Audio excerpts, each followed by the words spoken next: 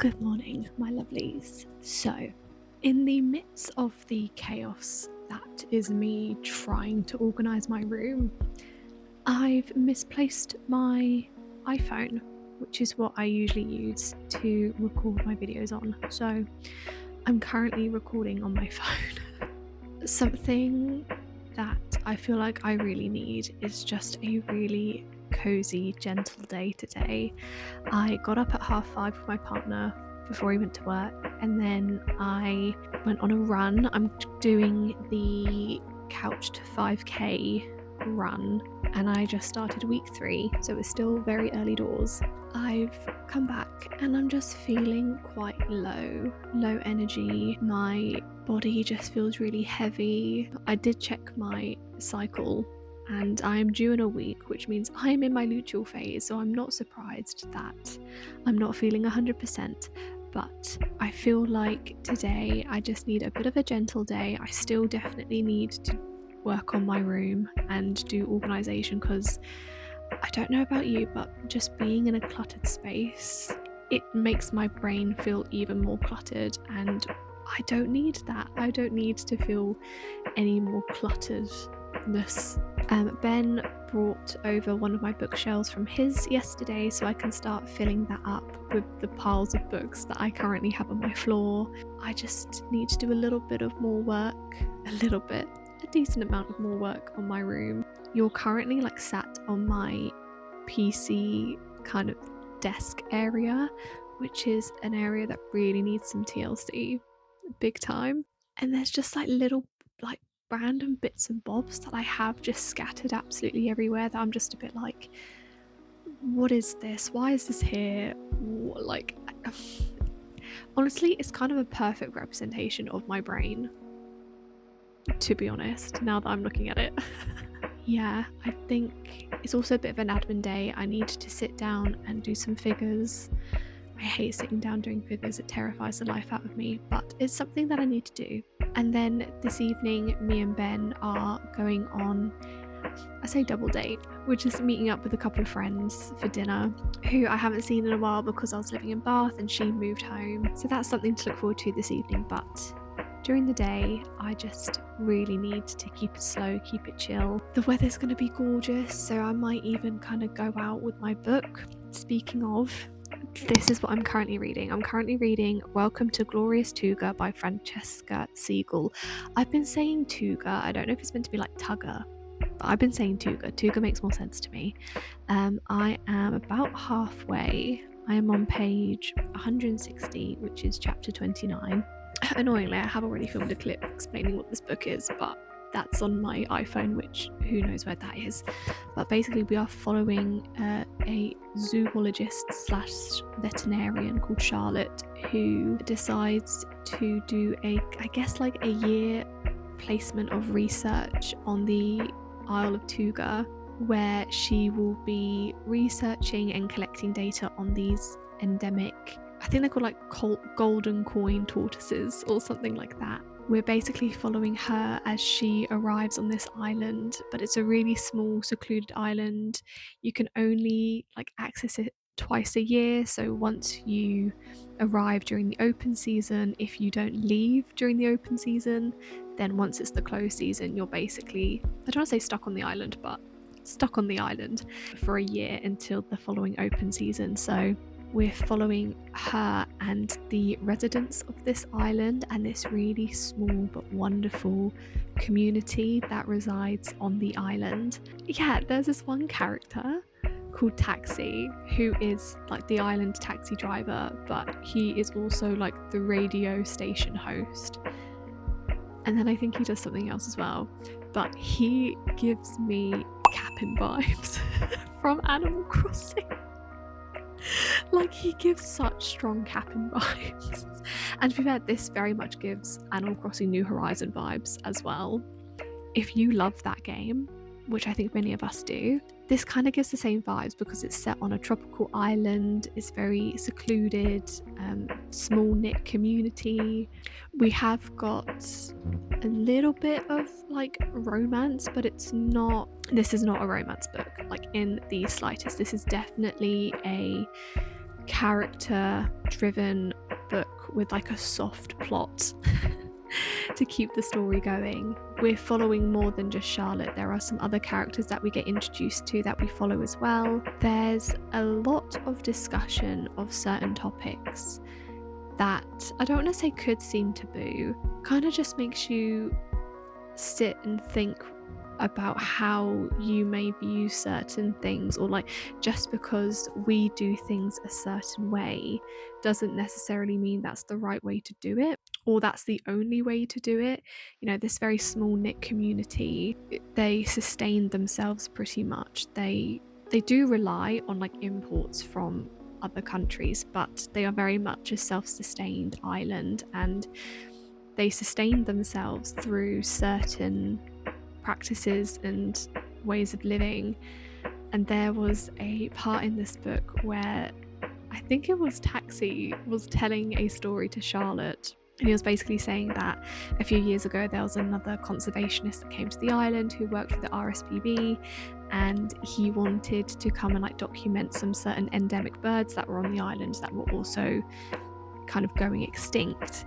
One evening this guy was like at the pub or something, like having a dinner, and he was having this like bird stew, chicken stew, something, I'm not too sure, I can't quite remember exactly what, but he was talking to one of the locals about the fact that he really wanted to see one of these birds, but he hasn't seen one of the birds yet, and it's really frustrating him, blah blah blah.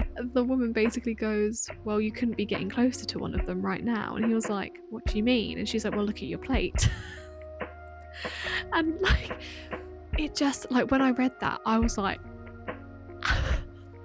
like I was gobsmacked. But it was just a bit like the way then the story kind of played out was the fact that to an outsider these birds seemed, you know, they needed to be protected because they were going extinct, and we needed to do something to make sure these birds didn't go extinct. But to the islanders, it was one of their food sources. Conserving these birds wasn't a priority to them. What a priority to them was the fact that this bird was a food source. And it was just, it kind of made me, as someone who has just done wildlife conservation and wants to go into conservation for a career, it definitely kind of made me sit back and think, like, when it comes to living in harmony with nature and wildlife, does everything need to be saved and conserved? Is that its purpose? And if not, like, what is its purpose? It was just really, really interesting. And it also brought me back to when I went to Namibia last year as well, and how I was able to experience kind of their way of living and how it was different to ours, and how some things that we saw as maybe taboo and not right, it was their norm and it was how they survive. And there are some other themes and topics as well kind of explored in this book, but I feel like I have rambled a little bit in this opening clip, or in this clip. So this is what I'm currently reading. I'm very much enjoying it. Once I have woken up a little bit more, maybe I'll give a bit more of in-depth on the plot and things, but I just thought I wanted to introduce this vlog. I don't know when this clip is going to be, but no, I do know. Today, this is a daily cozy vlog where we're going to do some reading, we're going to do some organising, and maybe do just a little bit of cozy hobbies. I've really gotten into colouring recently, and I've got this colouring book, and it's the cutest colouring book ever. So if I do a bit of colouring later, I'm going to show you that. That would be a lot of fun. Even though I think we're meant to reach quite high temperatures today, I've got a feeling I'm going to be drinking some nice cups of tea.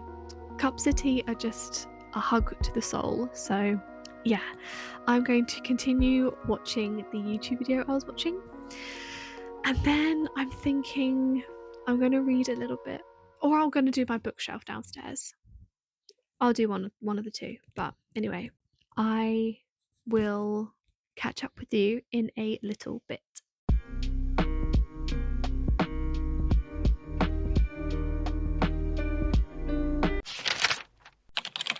Hey guys, so I am filming this on my phone. I know, like, I don't look my best. I am literally under my bed, and I'm basically doing a massive book organisation clear out, and I've come under my bed to look at the books that are under my bed. I actually am feeling a bit emotional because I've come across all of my childhood books. And like, I'm feeling a bit emotional about it. This is to give you, but like, I have found all of my old Rainbow Magic books and all of my Roald Dahl books, and I genuinely thought I didn't have them anymore. But they're all here. They're all here. I don't know where to put you. This is all just, it's all just a bit much. Hang on. Where am I? Hang on. Okay, I haven't got a microphone plugged in or anything, so I hope the audio is okay, but I am actually gobsmacked by the fact that I still have all of these books. These are the first ones I ever got. No, that's a lie. These aren't the first ones I ever got. Basically, I think it's reversed at the minute, but I have books 1 to 7, which are the first ones, and these are the fairies that follow the rainbow. And then I've got the next 7 books, which is the weather fairies. Oh my gosh. No, that's right. These are the first 3 I ever got, which is Emily the Emerald Fairy, Sophie the Sapphire Fairy, and Lucy the Diamond Fairy. These are the first ones I ever got, and I can't remember why. They were probably obviously a present from my mum or something, but these were the first 3 that I ever got, and they fed my little fairy addiction, and from there on I was obsessed, so hence why I then started collecting them in number order. Oh my gosh. And then obviously I had to get my one, Victoria the Violin Fairy. Do I play the violin? No, but I needed obviously the one that had the same name as me, and I don't have any of the other musical fairy ones, because why would I? None of them have the same name as me. I then at some point got this story collection one, which is Georgia the Guinea Pig, Katie the Kitten, Bella the Bunny Fairy, and Stella the Star Fairy. But I already have Stella the Star Fairy. I have 2 copies of Stella the Star Fairy. And Stella the Star Fairy, 3 stories in one. And this is revolves around Christmas. And then so then we have Kylie the Carnival Fairy. Oh my gosh. And then we have Destiny, the Pop Star Fairy. Some of these are actually in really good condition, which I'm quite surprised at. And then we have Juliet, the Valentine Fairy. And it actually says with exclusive stickers for Tesco's. And I remember it came with stickers that I've obviously used and put into something. The stickers are in the back. And I didn't use all of them. I've actually only used some. That's so... Pia the Penguin Fairy. Look out for the Ocean Fairy. There's a Penguin Fairy one. Available April 2010. And then for World Book Day, I don't know, I mean it's World Book Day, so I'm assuming it's a global thing, but here in the UK we have World Book Day, and for £1 you can get these really cute little books, and they did one, Hannah the Happy Ever After Fairy, and I got it. Oh my gosh, I'm just a little bit emotional about this. I don't know what to do with myself. And then I found all my old Roald Dahl books. All of my old Roald Dahl books. And then these are like antiques in my eyes. My old Dr. Seuss books. They've been like taped back together from when we've obviously read them so much, and like some of the pages are like falling out and things, but I just completely forgot that these were just sitting under my bed. Like these are the books that sparked my love of reading when I was a child. I genuinely didn't think I had them anymore because I've moved quite a bit during my like teen and young adult life. I just thought that over time I just lost them all, but they're all here. They're all here.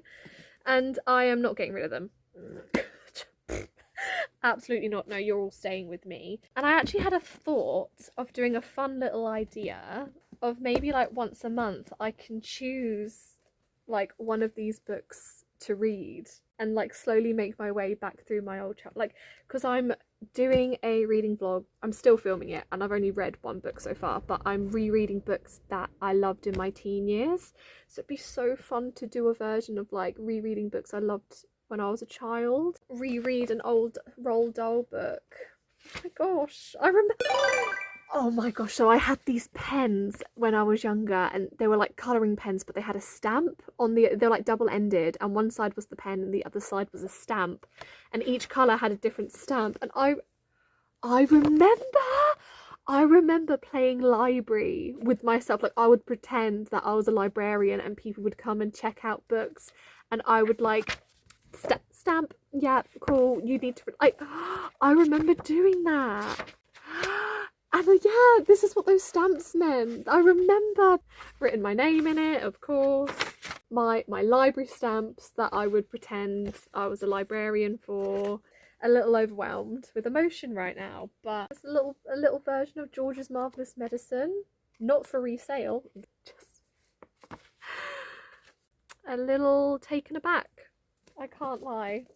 I am slightly taken aback by all this, and I think what I should do is I should probably repack these into the box that I found them in. But I just wanted to document this moment and share this with you.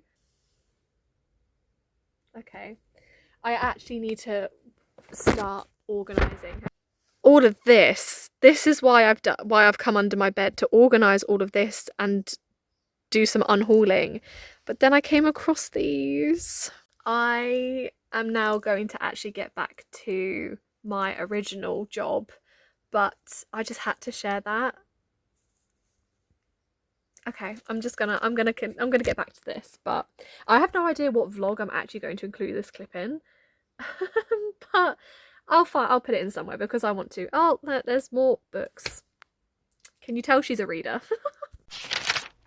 Okay, so I have started filming this just as the bin men have arrived, so if the microphone picks that up, I can only apologise. But it is a little bit later on in the morning. My hair is wet because I decided to have a bubble bath. I really just needed a nice bubble bath, especially before it got hot. But if I am a bit red, that's why. I am now here. This shelf, the big unit here, this was my old bookshelf in my old house, but when me and my mum moved, we needed a place to put all of our whole DVD collection, and at the time I didn't have as many books as I do now. This became the DVD shelf. This is the first set of shelves that I will be filling up. This is the 1, 2, 3, the four stack. The 3 stack is still at Ben's, but we will probably bring that over tomorrow or later on in the week. But for now, I have got the 4 stack here that needs filling up. I don't know if this shelf is actually going to stay here or if I'm going to rejig it all and try and fit it into my room. I don't know. I honestly don't think I have space in my bedroom for these shelves, so they'll probably have to stay in the lounge, which I am absolutely fine with. I just may do a bit of rejigging around in the living room so then the shelves can be together, but for now they're going to stay here. I've got my Sarah J Maas books at the top, as you can see, and then here I've got some more books that I am going to prioritise into the bookshelves first. We'll see how full it gets, and then if I can fit more in, I will. But I really need these books off my bedroom floor, so let's fill this bad boy.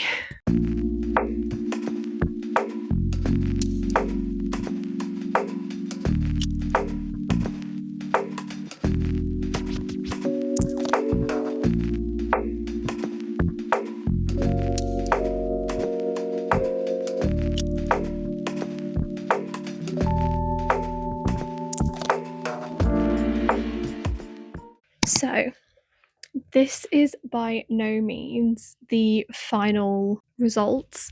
I just wanted to get all the books on here, and then when I get my second shelving unit, I will transfer probably the ones at the front to that one. But I thought I would just quickly show you what I've done.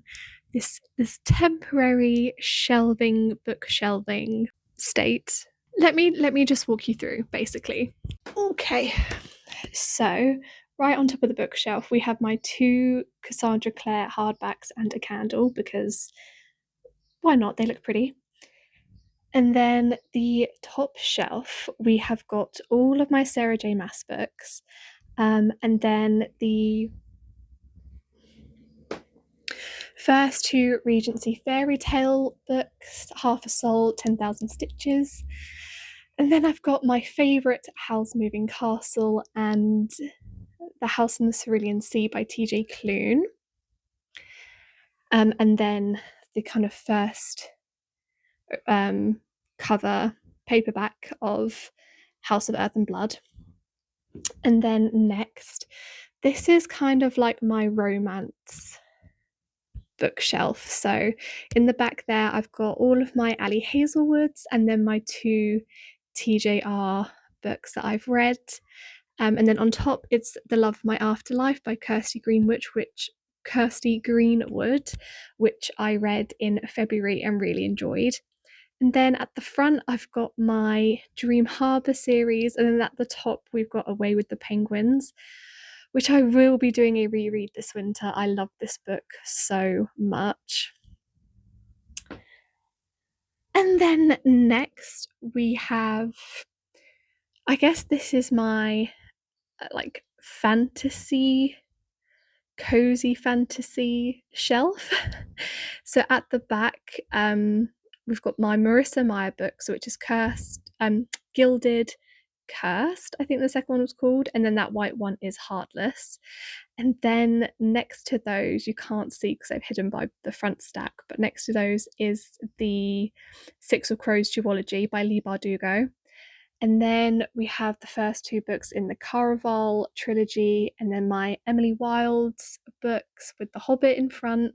We've got Voyage of the Damned at the top there, which I read recently and absolutely loved. And then at the front here, at the bottom, it's the Powerless series. I'm just waiting for Fearless to come out in paperback, and then I'll read that and add that. Then we have the Wings of Starlight, Legends and Lattes, God Killer, and Shady Hollow. Most of these are the first book in a series that I'm making my way through, so those will eventually be added too. And then on our bottom shelf here, this is our kind of classics / more adultish, mature books. I don't really know. Let me move those. So behind those 2 books, we have my classics with my Charles Darwin on the Origin of Species. At the top there, we've got my Britta book. And then we've got Circe and Ariadne, my little Greek retellings. Life on Earth by David Attenborough, Elantris by Brandon Sanderson. Those are 2 poetry books that I still have yet to read kind of properly. And then here I've got my Lord of the Rings trilogy.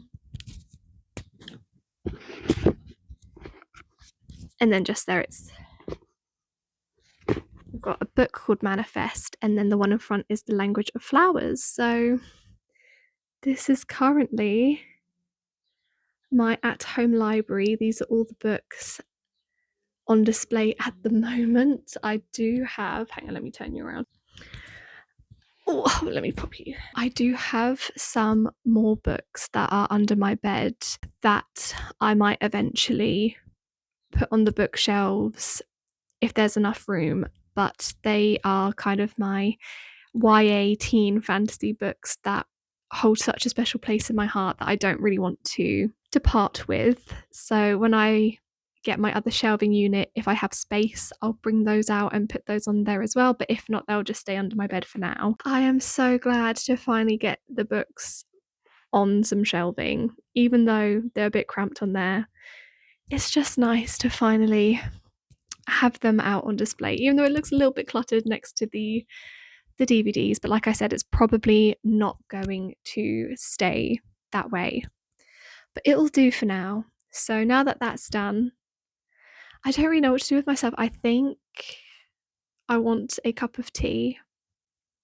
I think I'm going to make myself a nice cup of tea and actually read some of my book, because I haven't done any reading for the last couple of days, and that's just not okay. That's just not okay. So let's pop the kettle on and make ourselves a nice, comforting cup of tea and read.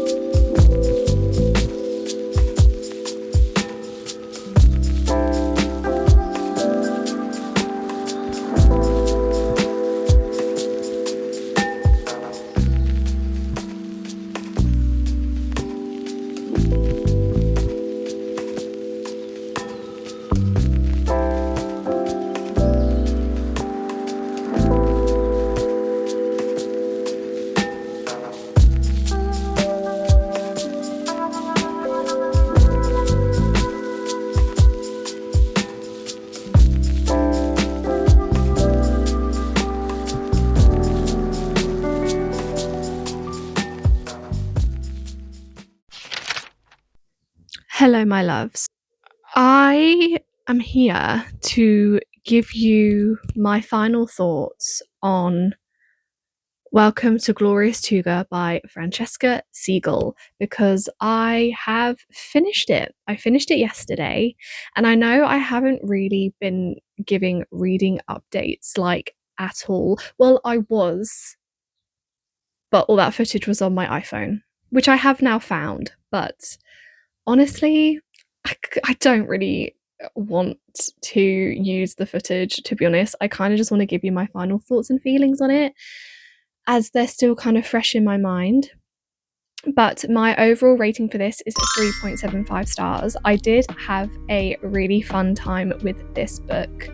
So yeah, let me just kind of get straight into what I like and what I didn't like. So let's start with maybe what I didn't like. Start with the downs, which, to be fair, there isn't a lot of them. I think I'm discovering that I am a plot-driven kind of reader, and this book is not overly plot driven, in a sense that the plot that is driving it is revolved around the characters. So this is very much a character driven, character analysis book, and this is actually a series.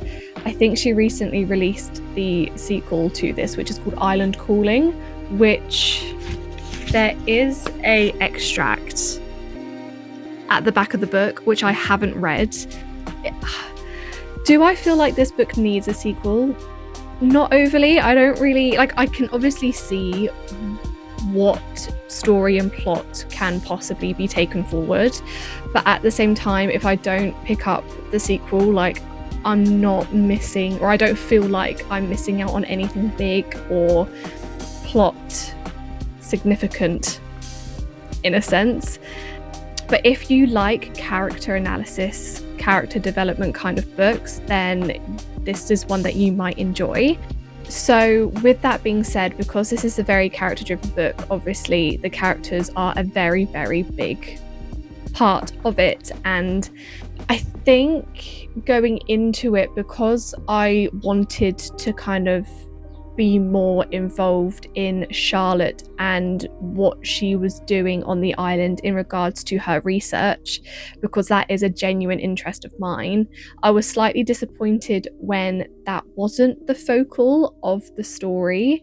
And there were kind of some subplots and things that emerged throughout this book that were intriguing and that were really interesting, especially regarding Charlotte and her connection to the island. Because it wasn't what I wanted or expected, like I said, I enjoyed it, but I wasn't massively invested in it.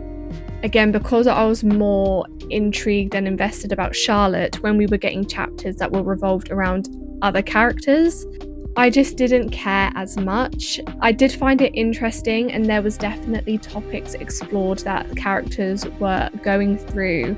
For example, the theme of motherhood is quite heavily explored in this book, and the kind of different forms that motherhood takes and the different types of mothers that are out there, which I found very interesting and very fascinating. We all have a mum, we all have a mother, so it's something that we could all relate to and something that I definitely related to.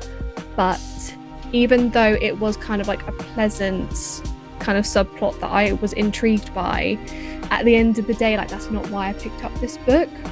I was very much thinking that, you know, this was going to be very focused on the main character by how the blurb is written, and Charlotte is the main character, but because we do get some other perspective from other characters, this is written in third person, by the way, but because we do explore other characters that we meet, I don't want to say disappointed, because I expected something different. If I went in with different expectations, I think I would be a lot more satisfied with what this book delivered, because I do genuinely think this is a very beautiful book, and it hits a lot of topics that I think are very important and that need to be explored. Kind of connecting to motherhood, the conversation of childbirth is explored in this book, and how it affects the mother giving birth, but also the child that is birthed, and then the family surrounding that. You know, childbirth is a life-threatening thing. Like, women die from giving childbirth every single day, and I think that is something that isn't really talked enough about.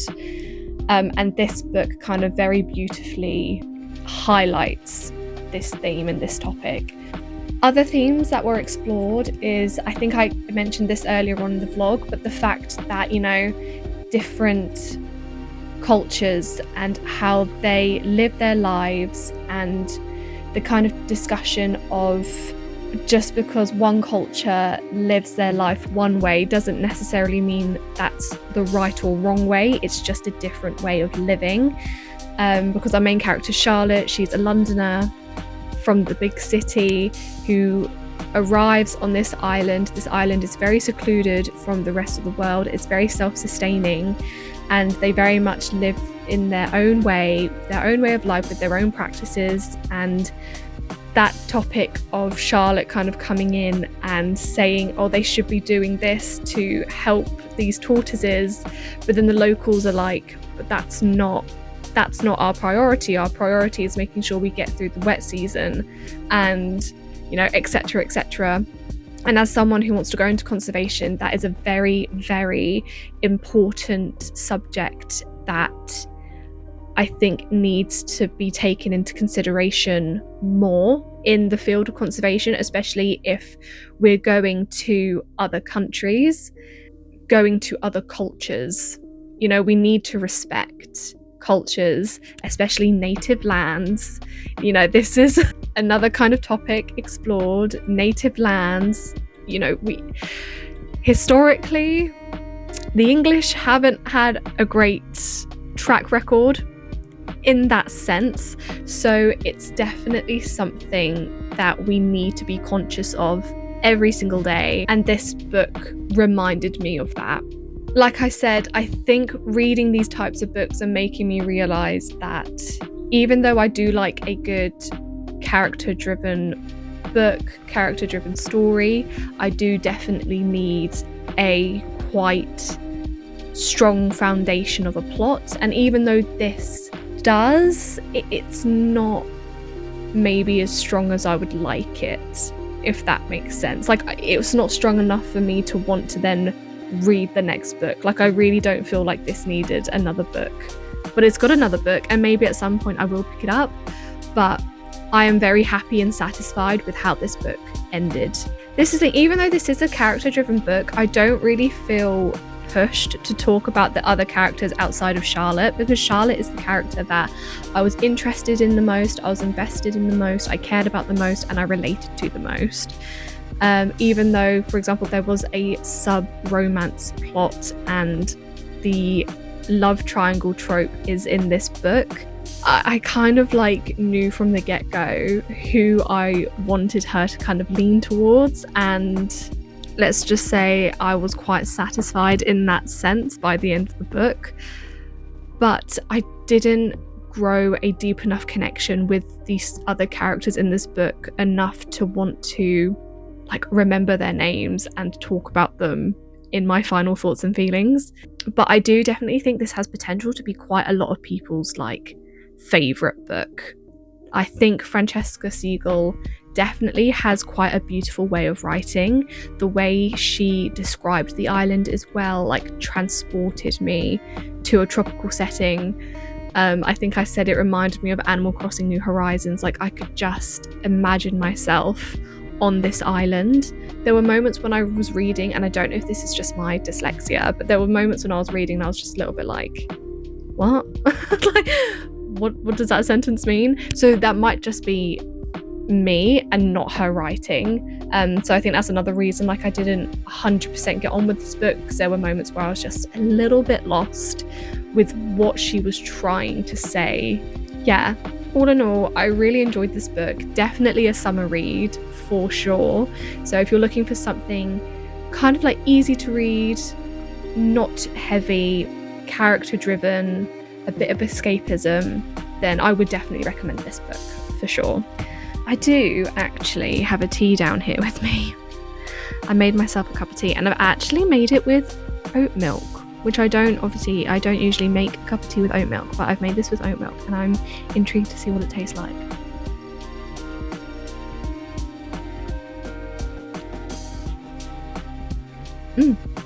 Not bad. That is, I think, it for today's vlog. Thank you so much for joining me. I know we only really got through one book, but hey, I'm a slow reader. These are the slow reader diaries. It is what it is. In my next vlog, which I'm literally going to be starting in a second, I will be picking my next book from my TBR cart, and I think I'll be using my TBR prompt jar as well. So keep an eye out for that next week. Hopefully it'll be up next week, that's the plan. But yes, I hope you enjoyed this week's vlog.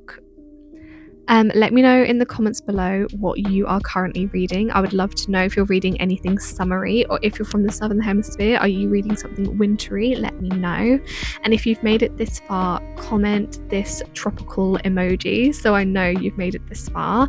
I appreciate you so much. Thank you so much for being here and commenting and liking and subscribing and all that wonderful stuff. I really hope you have a lovely rest of your day, your week, your month, your year, your forever. And I'll hopefully see you in the next video. Bye.